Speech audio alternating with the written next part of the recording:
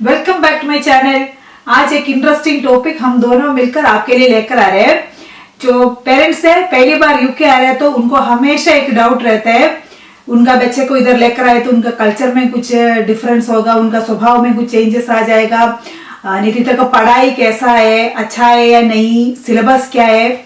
आज ये सारा डाउट हम दोनों मिलकर दूर करने वाली हूँ। इसी के लिए आपको पूरा वीडियो का एंड तक बने रहना पड़ेगा। वीडियो थोड़ा लेंथी होएगा क्योंकि पूरा सारा चीज हम लोग बताएंगे बच्चे के बारे में, जरा स्कूल के बारे में, इसलिए थोड़ा लेंथी हो जाएगा। और वीडियो शुरू होने के पहले मुझे आपसे एक रिक्वेस्ट है, अगर आपने अभी तक मेरे चैनल को सब्सक्राइब नहीं किया तो प्लीज सब्सक्राइब करना और नोटिफिकेशन बेल आइकन को क्लिक करना भूलना नहीं।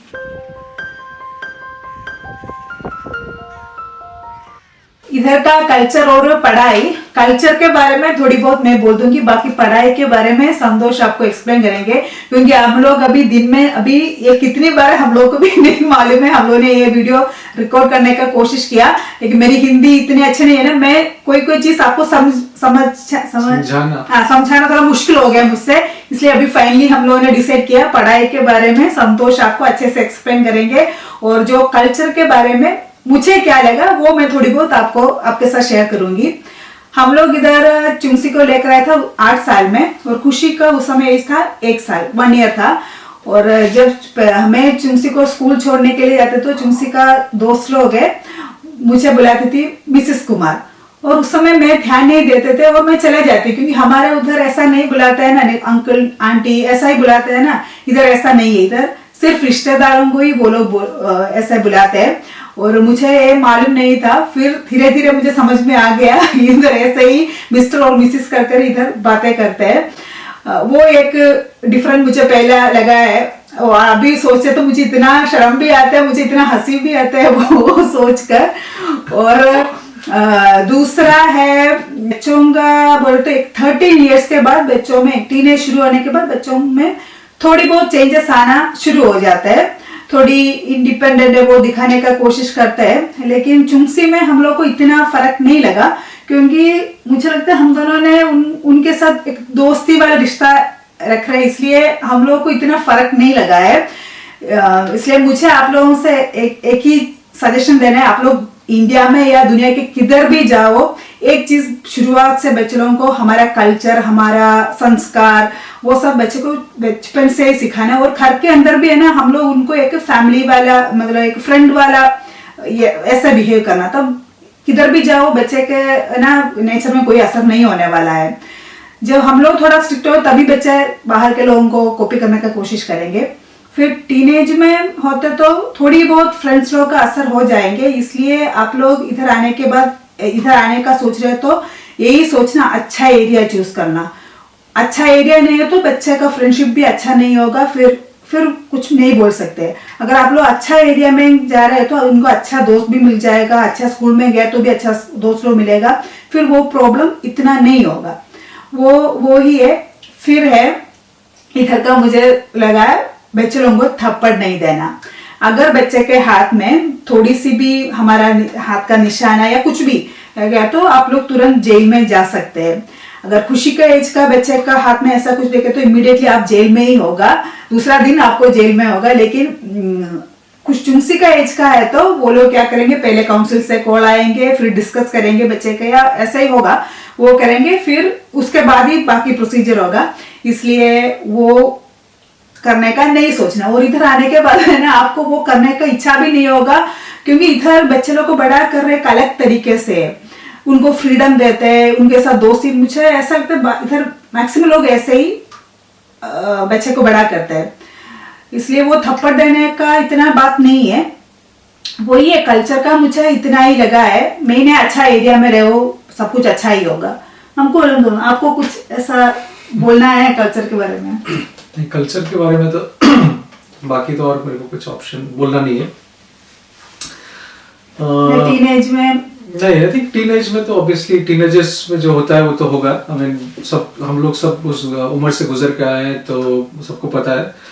सो आप टीनेज के बच्चे हैं तो आपको उनको थोड़ा केयरफुली हैंडल करना पड़ेगा, आपको उनसे फ्रेंडशिप करना पड़ेगा। और एज ए फ्रेंड जब आप बात करेंगे तो ऑब्वियसली वो ज़्यादा खुल के बात करेंगे आपसे और उससे आप ज़्यादा अच्छा मैनेज कर पाएंगे, तो that is for sure. But I think teenage वाला एक सेपरेट टॉपिक है, तो शायद उसके लिए आप अलग से एक वीडियो बना सकते हैं, तो let's do that in a separate video.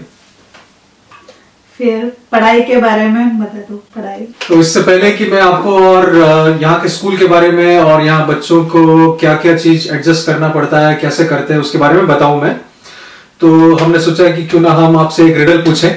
आजकल हमारे घर में जो है बच्चे हमेशा यही गेम खेल रहे हैं आजकल, तो वो हमसे आके कोई रिडल पूछते हैं या हमको बोलते हैं कि कुछ उनसे रिडल पूछा जाए।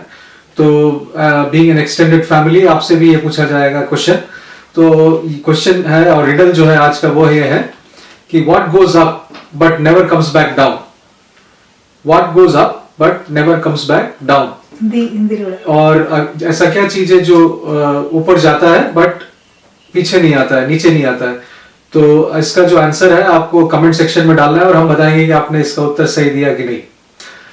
तो चलो, सबसे पहले जो है पहली चीज जो लगता है कोई भी जो इंडिया से या किसी और कंट्री से यूके में मूव होते हैं, सो फर्स्ट एंड फॉरमोस्ट सबके माइंड में यही रहता है, जैसे अंजू ने बताया, कि बच्चों का स्कूल, राइट। और स्पेशली फॉर इंडियन पेरेंट्स और कोई भी हो पेरेंट्स, सबके लिए दिमाग में रहता है।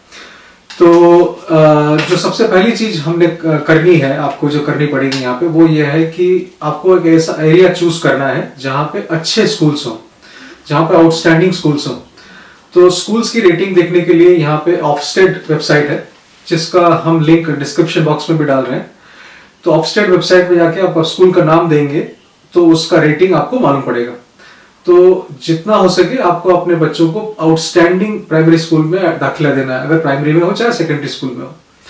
तो हम आज जो है प्राइमरी स्कूल में फोकस कर रहे हैं ज्यादा, क्योंकि बहुत सारे रिक्वेस्ट जो आए हुए हैं अंजू को, उसमें से 90% जो है ये पूछ रहे हैं कि उनका जो बच्चा या बच्ची है वो 7-8 साल की है या 9-10 साल की है या 11 साल की है। तो हमको जो है प्राइमरी स्कूल पे ज्यादा कवर करना पड़ेगा आज। तो फर्स्ट एंड फॉरमोस्ट हमने क्या आपको ये करना है कि ऐसा एक जगह चुनने के बाद में आपको वहां पे एक मकान रेंट पे लेना है। और ये क्यों करना है, आपको स्कूल के पास में लेना है ये चीज, और उसका रीजन है एक कि यहाँ पे स्कूल एडमिशन जो है कैचमेंट एरिया के हिसाब से मिलता है। सो कैचमेंट जो है वो एक स्कूल का जो अराउंड सराउंडिंग एरिया है उसका एक रेडियस डिफाइन करते हैं कि कहीं 1 माइल का रेडियस हो या 2 माइल का रेडियस हो, उस रेडियस में रहने वाले बच्चों के लिए ही वो स्कूल उनको एडमिशन देता है। तो आपको एक अच्छे आउटस्टैंडिंग स्कूल के नजदीक में उस कैचमेंट एरिया में जाके आपको मकान लेना है। That's the first step. Second step ये है कि आप उसको लेने के बाद आप रेंट पे लेने के बाद आप काउंसिल में जाइए, लोकल काउंसिल जो भी है, वहां पे जाके आप स्कूल एडमिशन का रिक्वेस्ट कीजिए। स्टेप 3, स्कूल एडमिशन जो फॉर्म है उसमें आप अपना चॉइस का हिसाब से स्कूल्स का नाम दीजिए। ऑप्शंस मांगते हैं, 5 ऑप्शंस मांगते हैं, तो आप 5 स्कूल के नाम दे सकते हैं। तो जो आपको सबसे पसंदीदा स्कूल है जहां आप अपने बच्चों को एडमिशन करना चाहते हैं उसको आप टॉप में रखिए, और उस आपके पसंद के ऑर्डर से आप उसमें 1 2 3 4 5 जो है आप ऑप्शन भरिए। ये स्टेप 3। फिर आप स्कूल को अप्रोच कर सकते हैं या डायरेक्टली कॉल करके या फिर थ्रू काउंसिल आप बोल सकते हैं कि हमको स्कूल विजिट करना है, ताकि आपको स्कूल जाके मालूम पड़े कि स्कूल कैसा है। स्कूल जो है बहुत अच्छे होते हैं यहाँ पे, जो आपको पूरा वॉक थ्रू करवाते हैं आपके स्कूल का। और बच्चे भी आप देख सकते हैं कि कैसे पढ़ रहे हैं, कैसे बिहेव कर रहे हैं, क्या क्या फैसिलिटीज है स्कूल के अंदर में, कैसे पढ़ाया जाता है, कब से कब तक पढ़ाया जाता है, क्या सब्जेक्ट्स हैं वगैरह वगैरह। सो ये सारी चीजें जो है ये आप कर सकते हैं। तो एक बार आपका स्कूल एडमिशन फॉर्म सबमिट हो जाए, वो काउंसिल जो है आपको एक स्कूल एलोकेट करेगा। तो जो स्कूल मिलेगा आपको, उस स्कूल के हिसाब से आपका बच्चे का वहां पे एडमिशन होगा और आप उसमें आगे आप बच्चों को लेके बढ़ेंगे। तो ये है फर्स्ट एंड फॉरमोस्ट, जब मूव होते हैं वहां पे आपको क्या क्या स्टेप्स करने हैं। अब जो है प्राइमरी स्कूल एजुकेशन की बात करता हूं मैं। प्राइमरी एजुकेशन के अंदर में जब हम आए थे हमको बोलते थे कि आपका बच्चा KS2 में है या KS1 में है, तो मुझे मालूम नहीं था कि ये KS1 KS2 क्या होता है। तो यहाँ पे जो है एजुकेशन सिस्टम जो है इंग्लैंड में, उसको इन्होंने इस तरीके से किया हुआ है कि KS1 या की स्टेज 1 जिसको बोलते हैं, वो ईयर 1 और ईयर 2 के स्टूडेंट्स के लिए है। 5 साल से 7 साल के बच्चों के लिए जो एजुकेशन है वो उसको उस करिकुलम को ये लोग KS1 बोलते हैं, की स्टेज 1। इसी तरीके से 7 से 11 साल के बच्चों के लिए, यानी कि ईयर 3 से लेकर ईयर 6 तक जो है उनको की स्टेज 2 या KS2 बोलते हैं। तो ये प्राइमरी स्कूल के लिए इंपॉर्टेंट है, आपको ध्यान रखना। उसके बाद KS3 आप सेकेंडरी स्कूल में जाओगे तो KS3 KS4 वगैरह आगे जाते रहेंगे। तो ये जो ईयर 1 ईयर 2 जब आपने सुना होगा, तो ये चीज हमारे साथ में भी हुआ कि ये ईयर 1 ईयर 2 है क्या। तो जब चुंगसी यहाँ मूव हुआ, चुंगसी का एडमिशन मिला उसको एक स्कूल में, आउटस्टैंडिंग स्कूल में, तो उस हमको जो 8 साल की उम्र था उसको ईयर 4 में एडमिशन मिला। So year 4 is nothing but class 3 is as per India curriculum. तो इंडिया जो में अगर आपका बच्चा 3rd स्टैंडर्ड में है तो वो यहाँ पे ईयर 4 में होगा। अगर ईयर 5 में है यहाँ पे, इसका मतलब वो स्टैंडर्ड 4 क्लास 4 इंडिया की तरफ से।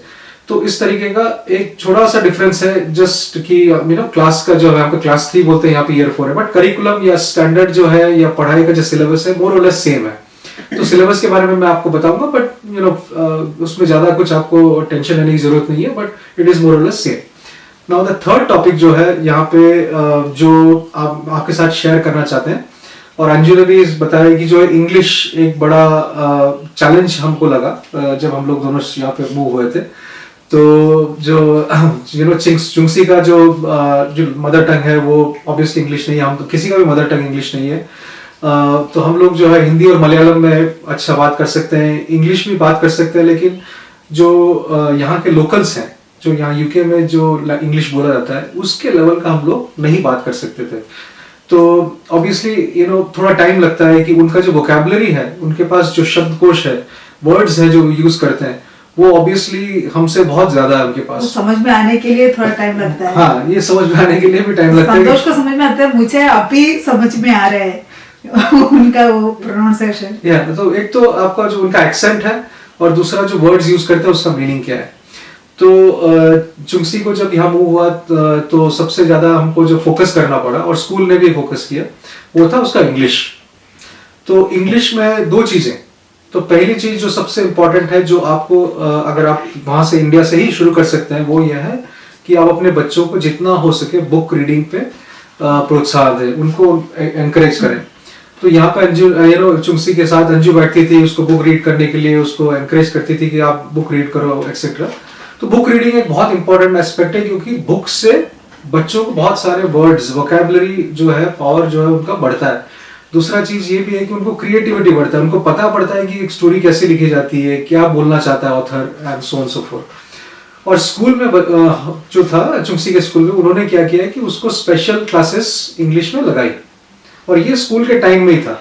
तो जो स्कूल का नॉर्मल वर्किंग आवर्स होता है उसी में जो एक एक्स्ट्रा टीचर ने, स्पेशल असिस्टेंट थी टीचर, उन्होंने चुंगसी के साथ टाइम स्पेंड किया, ताकि उसको वो सारी चीजें जो गैप था पिछले 3-4 साल का जो यहाँ पे नहीं पढ़ा था, उसको जो है कैसे कवर अप किया जाए। तो उन्होंने काफी टाइम उसके साथ स्पेंड किया इंग्लिश में। मैंने इंग्लिश के लिए कैसे मतलब कुछ लिखा है तो उसमें क्रिएटिविटी कैसे लेकर आएंगे, स्टोरी लिख लिया तो खुद से क्रिएटिविटी कैसे लेकर आएंगे। तो उसको यहाँ पे क्रिएटिव राइटिंग बोला जाता है। तो क्रिएटिव राइटिंग है, उसमें आपको स्टोरी लिखने के लिए बोलेंगे, आप अपने मन से सोचिए और आप ऐसे वर्ड्स यूज कीजिए, ऐसे फ्रेजेस यूज कीजिए जिसमें आप उसको थोड़ा ड्रामेटिक बना सकें। तो उसमें अलग अलग जो भाव हैं, एक्सप्रेशंस है, उसको बताने के लिए आपको अलग अलग तरीके के फ्रेजेस और वर्ड्स यूज करने पड़ते हैं। तो वो सब की जानकारी, उसको कैसे लिखा जाता है, उसको कहाँ से स्टार्टिंग में कैसे होता है, एक्सेट्रा एक्सेट्रा, वो सब जो है स्कूल में सिखाते हैं। तो हमको ऑब्वियसली मतलब काफी चीजें हमको स्कूल से भी सीखने को मिली इस सब चीजें में, जब चुंगसी को पढ़ाते थे। तो ये रहा इंग्लिश का जो सवाल है। तो देयर आर 2 एस्पेक्ट इंग्लिश में, एक तो रीडिंग है और दूसरा राइटिंग। तो जितना हो सके बच्चों को लिखवाइए, उनको बोलिए कि आप अपने हिसाब से एक स्टोरी लिखें, तो लिखने का भी उनको जो है एक एनकरेजमेंट मिलेगा। तो और दूसरी चीज है, आप कॉम्प्रहेंशन करा सकते हैं बच्चों को।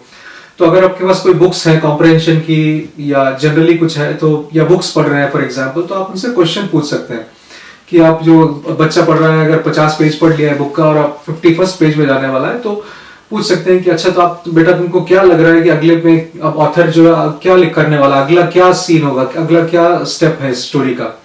तो उससे उनका थिंकिंग पावर आता है कि अच्छा, मेरे हिसाब से मेरे को लग रहा है कि अब ऐसा होने वाला है। तो ये जो है उसमें जिज्ञासा है, उसका जो क्रिएटिव पावर है, वो सब जो है इसमें बढ़ता है।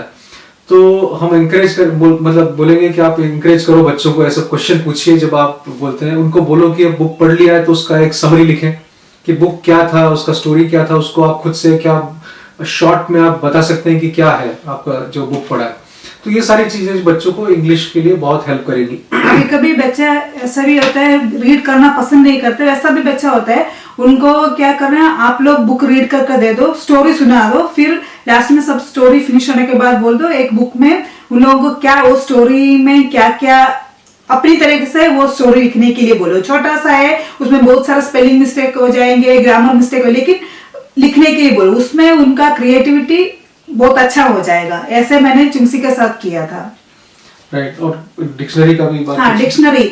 और बच्चे जब हम लोग रीड करो या बच्चा रीड करो, तब उन लोगों को कोई कोई वर्ड नहीं आता तो हम लोग से पूछते हैं इसका मीनिंग क्या है, तब इमीडिएटली क्या करना है, अगर बच्चे को पसंद नहीं है तो भी हम लोग एक डिक्शनरी ले लो और एक छोटा सा डायरी ले लो और उसमें लिख कर रखो, क्योंकि बाद में भी वो बच्चे को बोल सकते हैं हम लोग ये, और बच्चे जल्दी फिर भूलते नहीं है, वो भी एक ट्रिक है। हाँ, तो जब हार्ड वर्ड्स आते हैं तो उसको डायरी में नोट करके और उसको रिमाइंड कर सकता है, पढ़ सकता है, बाद में उसके बारे में जान सकता है। तो ये रहा मेरा हम लोगों का इंग्लिश के बारे में एडवाइस। तो अंजू को स्पेशली कुछ लोगों ने रिक्वेस्ट किया था स्पेसिफिकली कि उनका जो बेटी है वो 10 साल की है और वो अभी यूके शिफ्ट होने वाले हैं, तो वो पूछ रहे थे कि अगर मेरी बेटी 10 साल की है तो क्या क्या चीज़ों में ध्यान रखना है और कैसे सिलेबस होगा, क्या क्या पढ़ाई में मेरे को पढ़ाना है वगैरह वगैरह। तो इंग्लिश जो है वो मैंने जो टॉपिक अभी जस्ट कवर किया है दैट स्टेज गुड। तो इंग्लिश में प्लीज आप चाहे 10 साल के हो, प्लीज उनको जो है बुक रीड करने के लिए बोलिए। उनका 10 साल के हिसाब से उनका जो बुक रीडिंग लेवल है वो थोड़ा हाई होना चाहिए, तो उनको बोलिए कि हैरी पॉटर टाइप्स की बुक पढ़े। तो जो हमने चुंसी को हैरी पॉटर का सारा बुक्स पढ़ाना बहुत इंपॉर्टेंट है। हाँ, तो हैरी पॉटर की जो बुक्स है वो सीरीज को ले ले, उसको मूवी भी दिखा दो, मूवी हाँ, सारा एपिसोड उनको दिखा दो, वो इधर का स्कूल का पढ़ा है, एग्जाम में भी वही कोई उसी से ऊपर होता है। तो एक तो वो अच्छा वो है उससे, मतलब तो एटलीस्ट उस तरीके की बुक्स को पढ़ना और उसको समझना और उसके बारे में लिखना एक इम्पॉर्टेंट एस्पेक्ट है 10 साल के बच्चे के लिए, वो इम्पॉर्टेंट है। तो इंग्लिश जो मैंने जो बताया वो सारी चीजें इस बच्चे के लिए भी लागू है। Now going to mathematics. तो मैथ्स में जो है बहुत छोटी छोटी चीजें जो मैं आपको बताऊंगा जो हमको लगी और जो बच्चों को आपको दिमाग में ये बतानी पड़ेगी, क्योंकि आप इंडिया में आप बच्चा पढ़ता है और 10 जब 10 एज जब उनका 10 ईयर है तो दैट मीन्स ऑलरेडी उन्होंने लैक्स या करोड़ का जो कॉन्सेप्ट उनके दिमाग में बैठ चुका होगा कि यूनिट्स वंस, टेंस, 100, 1000, 10,000। उसके बाद में आप जो लाख, 10 लाख, करोड़ का जो कॉन्सेप्ट है वो उनके दिमाग में बैठ जाता है। जब यहाँ यूके में आप देखोगे तो यहाँ पे जो कॉन्सेप्ट है वो ये है कि ऑब्वियसली यूनिट 10, 100,000, 10,000, उसके बाद में 100,000 एंड मिलियन। तो वो जो 100,000 और मिलियन की जो कॉन्सेप्ट है उसको आपको यहाँ पे फोकस करना पड़ेगा। तो इंडिया में वो लैक्स, 10 लाख, करोड़ की बात जाती है, यहाँ पे 100,000, मिलियन, 10 मिलियन वगैरह की जो बात आती है उसको आपको एक चेंज जो है वो बच्चों को समझाना पड़ेगा। तो बड़ा चेंज नहीं है बट वो छोटा सा चीज है, लेकिन हाँ उसको थोड़ा प्रैक्टिस में लाना कि भाई इसको ये चीज is equal to this one, अगर आप बता दें तो वो शायद अभी से वो कैचअप करना शुरू कर सकते हैं। तो बहुत छोटी चीज है वो।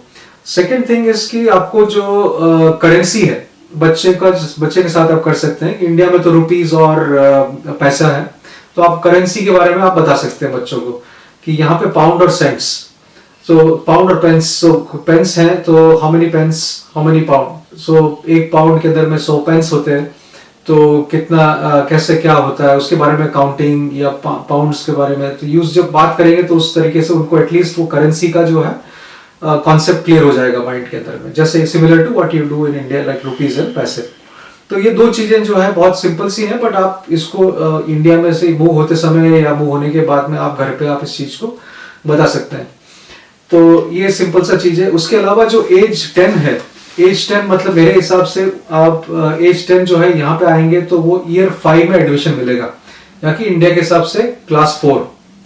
तो जो एक चीज आपको ध्यान रखनी है कि जब ईयर 5 में होता है बच्चा तो उसके अंदर उनके साथ क्या क्या चीजें जो मैथमेटिक्स के सिलेबस में जो चीज आएगी कवर होता है, जो आप शायद इंडिया में भी होता होगा आपको, मोर और लेस इट्स सेम, कि रोमन न्यूमरल्स आपको 1000 तक रोमन न्यूमरल्स पता होना चाहिए। मेंटल मैथ्स जितना हो सके यूज करके एडिशन और सब्ट्रैक्शन और मल्टीप्लिकेशन यूज बताइए। वर्ड प्रॉब्लम्स इन सारे एडिशन हो या मल्टीप्लिकेशन हो, डिवीजन हो, इसके वर्ड प्रॉब्लम्स आप जितना हो सके कराइए। Factors prime numbers, prime factors, composite numbers, multiply, division, ये सारे जो है आप उसमें कराइए। फ्रैक्शंस के साथ में मल्टीप्लिकेशन, फ्रैक्शन एडिशंस, फ्रैक्शंस का सब्ट्रैक्शन, ये सब चीजें बहुत इंपॉर्टेंट है इस ईयर 5 में। सिमिलरली फ्रैक्शन से आप कैसे डेसिमल्स में जाते हैं, डेसिमल से परसेंटेज में जाते हैं, और वाइसी वर्सा कि परसेंटेज डेसिमल फ्रैक्शंस का जो रिलेशनशिप है उस पे भी काफी फोकस होता है, उसमें काफी पढ़ाया जाता है। उसमें आप पढ़ा सकते हैं, घर पे पढ़ा सकते हैं आप जितना हो सके, तो it will be an advantage. अगर किया हुआ है तो बहुत अच्छी चीज है। Similarly volumes of cuboid, unit of time, छोटे छोटे 3D शेप्स, 2D ये शेप्स, ये सब जो है आप घर पे करा सकते हैं। ये सब कवरेज जो है वो सिलेबस में कवर होता है।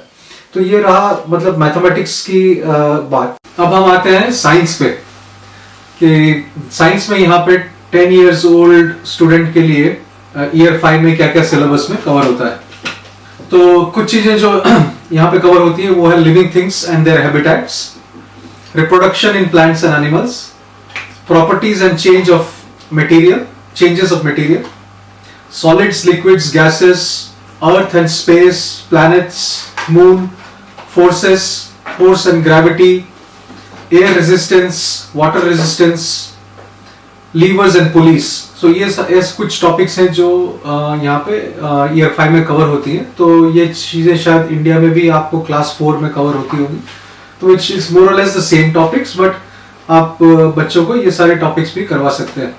और नहीं तो यहाँ पे आके वो ऑब्वियसली करेंगे, तो ऐसे कोई टेंशन की जरूरत नहीं है क्योंकि स्कूल में बहुत अच्छा पढ़ाते हैं, तो बच्चे आराम से पिक कर लेंगे। तो ये है ना साइंस का टॉपिक। इसके अलावा भी काफी सारे सब्जेक्ट्स कवर होते हैं, जैसे हिस्ट्री है, ज्योग्राफी है।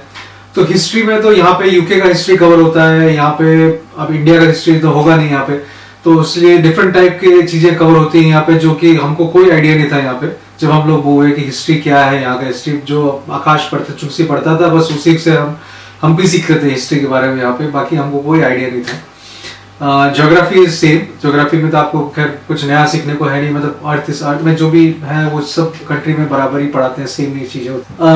तो काफी मतलब ये सारे मेन सब्जेक्ट्स हैं। इसके अलावा रिलीजियस स्टडीज होता है यहाँ पे, जहाँ पे बच्चों को रिलीजन्स के बारे में सिखाया जाता है, चाहे क्रिश्चियनिटी हो, मुस्लिम हो, हिंदुइज्म है, बुद्धिज्म है, सारे रिलीजन्स के बारे में बताया जाता है रिलीजियस स्टडीज में। उसके अलावा यहाँ पे ड्रामा होता है, म्यूजिक होता है, जहाँ पे बच्चों को म्यूजिक और ड्रामा के बारे में भी बताया जाता है, सिखाया जाता है। तो जैसे जैसे बच्चा आपका बड़े होते जाता है, डिफरेंट क्लास में जाएगा, तो ऑब्वियसली उस हिसाब से जो है एडिशनल सब्जेक्ट्स आते जाएंगे। बट मोर और लेस यही सब्जेक्ट्स हैं जो ईयर 5 के हिसाब से आपको कवर करने हैं। तो ये तो रहा सिलेबस और सब्जेक्ट्स की बात। तो अब चलते हैं, हम बात करते हैं कि एक और इम्पोर्टेंट टॉपिक पे, जो कि ईयर 5 से ही आपको स्टार्ट दिमाग में आना जरूरी है, क्योंकि हमको ये सब चीजें पता नहीं थी जब हम चुंकसी को लेकर यहाँ पे मूव हुए थे। वो है कि यहाँ पे 11+ का एक एग्जाम होता है। 11+ मीन्स कि जब बच्चा यहाँ से प्राइमरी स्कूल छोड़ के सेकेंडरी स्कूल जाता है, तो उसमें ग्रामर स्कूल के एडमिशन के लिए एंट्रेंस एग्जाम्स होते हैं। तो मोस्टली हर लोकेलिटी में लोकल स्कूल्स तो होते ही हैं, तो लोकल स्कूल सेकेंडरी स्कूल्स होते हैं जहाँ पे आउटस्टैंडिंग स्कूल्स हैं, जहाँ पे अभी चुंकसी जाता है। बट ग्रामर स्कूल्स भी होते हैं, और ग्रामर स्कूल के अलावा तीसरे तरह के स्कूल होते हैं प्राइवेट स्कूल, जो बहुत एक्सपेंसिव होते हैं। नाउ ग्रामर स्कूल में लेकिन एंट्रेंस एग्जाम के थ्रू ही एडमिशन मिलता है, और ये एंट्रेंस एग्जाम जो है वो 11+ एग्जाम के नाम से जाना जाता है यूके में। तो इसकी प्रिपरेशन जो है बहुत जने ईयर 3 से या ईयर 4 से ही शुरू कर देते हैं, और ईयर 5 में के एंड में ये एग्जाम होता है, जहाँ पे जब आपका जो बच्चा है वो ईयर 5 में होता है, तब वो उस एग्जाम को राइट के लिए बैठता है। तो वो एग्जाम देता है, और उसके मार्क्स के हिसाब से, उसका जो है परसेंटेज के हिसाब से उसको ये मालूम पड़ता है कि कौन ग्रामर स्कूल में उसको मिल रहा है। तो वो जो है अलग अलग ग्रामर स्कूल के एग्जाम्स होते हैं, तो उसको उसमें बैठना पड़ेगा। तो जैसे फॉर एग्जांपल किंगस्टन में टिफिन ग्रामर स्कूल है, तो उसके लिए आपको फॉर्म भरना पड़ेगा 11+ का टिफिन का, और उसमें उसका एंट्रेंस डेट के हिसाब से आपको एंट्रेंस देना पड़ेगा। सिमिलरली सटन करके एक जगह है, वहाँ पे सटन ग्रामर स्कूल है, तो वहाँ पे 3-4 ग्रामर स्कूल के लिए कॉमन एंट्रेंस होता है, तो वहाँ पे उस एंट्रेंस के हिसाब से आपको वहाँ पे एडमिशन मिलेगा। तो सिमिलरली अलग अलग जगह पे अलग अलग ग्रामर स्कूल के आप एग्जाम्स लिखवा सकते हैं अपने बच्चे से। लेकिन मैं एक बात बोलूं, वो है ना कंपलसरी नहीं है। पहले आपका बच्चा का इंटरेस्ट क्या है वो भी पता करना चाहिए। कोई कोई बच्चे लोग स्पोर्ट्स में ज्यादा इंटरेस्ट दिखाते हैं, कोई कोई बच्चे लोग आर्ट्स में ज्यादा इंटरेस्ट दिखाते हैं। इसलिए वैसे बच्चे को ना जबरदस्ती फोर्स कर अभी ग्रामर स्कूल में एडमिशन देना है ऐसा कर फोर्स नहीं करना है, क्योंकि मैंने वो गलती चुंगसी के साथ किया था। मुझे एक हम लोग आ गया चुंगसी, ये एग्जाम के 6 महीने पहले मुझे ये मालूम पड़ा है। इधर क्या है 1-2 साल पहले पेरेंट्स लोग बच्चे को सिखाते हैं, मतलब उसका प्रैक्टिस देते हैं। मुझे मालूम नहीं था और सब लोग बोल रहे थे, मुझे भी लगा हाँ ये जरूरी है। मैंने क्या किया, चुंगसी को हमारे इधर 10th स्टैंडर्ड में कैसे पढ़ाते हैं उसी तरह से मैंने उसके साथ पूरा दिन रात उसको फोर्स करते रहा पढ़ने के लिए। वो लेकिन जो बच्चा स्पोर्ट्स में ज्यादा इंटरेस्ट है, मैं उसको इतना फोर्स किया है और उसने भी इतना मेहनत किया है, लेकिन लास्ट में उसको 4 मार्क्स में उसको वो नहीं मिला है। मतलब 4 मार्क्स, मतलब उसने अपना बेस्ट दिया है। हम लोग बहुत खुश हो गए क्योंकि वो इतना अच्छा मार्क्स लेकर आया। 4 मार्क्स है, वो होता है ना वो लक के ऊपर है, उसको वो 4 मार्क्स से मिला नहीं। उसी में ना वो बच्चे के ऊपर असर हो गया। थोड़ी टाइम के लिए वो थोड़ा डिप्रेशन में चली गई क्योंकि उसको लगा है वो इतना अच्छा एफर्ट दिया फिर भी उसको नहीं मिला है। फिर उसी से वापस उसको लेकर आने के लिए हम लोग को थोड़ा कोशिश करना पड़ा। इसलिए मैं बोल रही हूँ बच्चे का इंटरेस्ट क्या है उसी पे पहले ध्यान देना चाहिए। कोई कोई बच्चे को पढ़ने में, बुक रीड करने में ज्यादा इंटरेस्ट है, वो बच्चे को आप लोग ग्रामर स्कूल के लिए ट्राई कर सकते हैं। लेकिन कोई कोई बच्चे लोग को उसी में इंटरेस्ट नहीं है तो आप लोग फोर्स मत कर लो। मेरा एक सजेशन है, मेरा एक्सपीरियंस में बोल रहे हैं। तो ये एक इम्पॉर्टेंट चीज है 11 प्लस की, तो जिसके लिए बहुत सारे बुक्स अवेलेबल हैं। अगेन बहुत सारे ट्यूशन क्लासेस भी अवेलेबल होती है यहाँ पे। और उसमें जब चुंगसी आया था तब से अभी तक में काफी चेंजेस आ गए हैं उस एग्जाम्स में। तो उस पहले जब चुंगसी के टाइम में उसमें वर्बल नॉन वर्बल के एग्जाम्स होते थे, और अब जो है उसमें verbal non verbal maths English, अभी मैथ्स और इंग्लिश हो गया। वर्बल नॉन वर्बल शायद चला गया है अभी नहीं मैथ्स और इंग्लिश है अभी। तो अब जो है अभी का सिलेबस के हिसाब से जो प्रिपरेशन है वो शायद हमको पता नहीं है, और वो चीज आपको यहाँ पे आके बुक्स के थ्रू या बुक्स मिलेगा, आपको बहुत सारा बुक्स मिलेगा उसी का प्रिपरेशन के लिए। तो आप उसको बच्चे को आप घर पे भी सिखा सकते हैं, और ऐसे ट्यूशन क्लासेस भी हैं जो कि 11 प्लस के लिए प्रिपेयर कराते हैं, आप उसको ट्यूशन भी दे सकते हैं। तो ये चीजें इंपॉर्टेंट है स्पेशली फॉर समबडी, जो कि आप पूछा है आप में से कुछ लोगों ने कि जो आपके बच्ची जो है या बच्चा जो है वो 10 साल की उम्र का है, तो ऑब्वियसली उसको ये सब चीजों का एंट्रेंस देना पड़ेगा। तो ये सब प्रिपरेशन में जरूरत पड़ेगी उसको, अगर वो इंटरेस्टेड है ग्रामर स्कूल जाने के लिए। अगेन ग्रामर स्कूल एकेडमिकली बहुत अच्छे होते हैं। लोकल स्कूल में बहुत ज्यादा लोग जाते हैं, एडमिशंस बहुत ज्यादा स्टूडेंट्स को मिलता है विज़ावी ग्रामर स्कूल, तो इसलिए ग्रामर स्कूल लोग प्रेफर करते हैं क्योंकि एकेडमिकली बहुत अच्छा है। हालांकि लोकल स्कूल का एक्सपीरियंस हमारे लिए बहुत अच्छा है। सिर्फ इतना ये आउटस्टैंडिंग स्कूल देखना है, चुंगसी के हिसाब से हम लोग सेटिस्फाइड है, बहुत अच्छा स्कूल है। तो ये थी बात हमारे 11 प्लस की। तो आई थिंक तो मोरलेस आई थिंक हमने आज के टॉपिक में प्राइमरी स्कूल के टॉपिक सारे कवर किए हैं। सैट एग्जाम तो ईयर 6 जो होता है ईयर 2 लास्ट ईयर कुछ ईयर 2 में होता है। फिर शायद ईयर 2 का मेरे को इतना ध्यान में नहीं है। ईयर 6 में मेरे को पता है, ईयर 6 में सेट एग्जाम्स होते हैं। तो ईयर 6 प्राइमरी स्कूल का लास्ट ईयर होता है, और लास्ट ईयर में आपका बच्चे को सेट एग्जाम में बैठना पड़ता है। जो सेट एग्जाम्स के जो स्कोर होता है, उसका जो मार्क्स आते हैं, उसके मार्क्स के हिसाब से आपको लोकल स्कूल में जब एडमिशन पे जाओगे, चाहे और या आप ग्रामर स्कूल में जा रहे हो, तो उस मार्क्स को कंसिडर किया जाता है। जब आपका बच्चा ईयर 7 में सेकेंडरी स्कूल में जाएगा, तो उसके जो मार्क्स है उस हिसाब से उसका ग्रुपिंग होता है। सो आपको अगर ज्यादा परसेंटेज का मिला है तो बच्चे को हायर ग्रुप में डालेंगे, कम मीडियम वाले को मिडिल वाले ग्रुप में डालेंगे। इस तरीके से ग्रुपिंग करते हैं based on the skills, based on the calibre of the kids, they make into small groups. तो इसलिए उस ग्रुप में डालने के लिए बहुत इंपॉर्टेंट होता है। सो सेट एग्जाम एक होते हैं, उसमें बहुत ज्यादा प्रेशर की कुछ नहीं होता है। स्कूल में ही वो सब उसका प्रैक्टिस स्कूल में करवाते हैं। और मोस्टली अगर आपने स्कूल में हम लोग को पता भी नहीं चलता सेट एग्जाम कब हो जाता है, तो इसलिए रिजल्ट आने के बाद ही हम लोग को पता चलता है। स्कूल में सब कुछ उसका प्रैक्टिस करवाते हैं। तो that's pretty much about school और एजुकेशन के बारे में। और अगर आपको फिर भी कुछ डाउट है या कुछ और पूछना है स्कूल्स के बारे में, बच्चों के बारे में, यहाँ पे कल्चर के बारे में और कुछ और पूछना है, तो प्लीज आप कमेंट में आप लिखिए, आप हमसे पूछिए और हम उसके जवाब देंगे। और एक और वीडियो या अगर डायरेक्ट जवाब दे सकते देंगे, या फिर एक और टॉपिक को लेके हम लोग फिर आपके साथ में एक वीडियो प्रेजेंट करेंगे।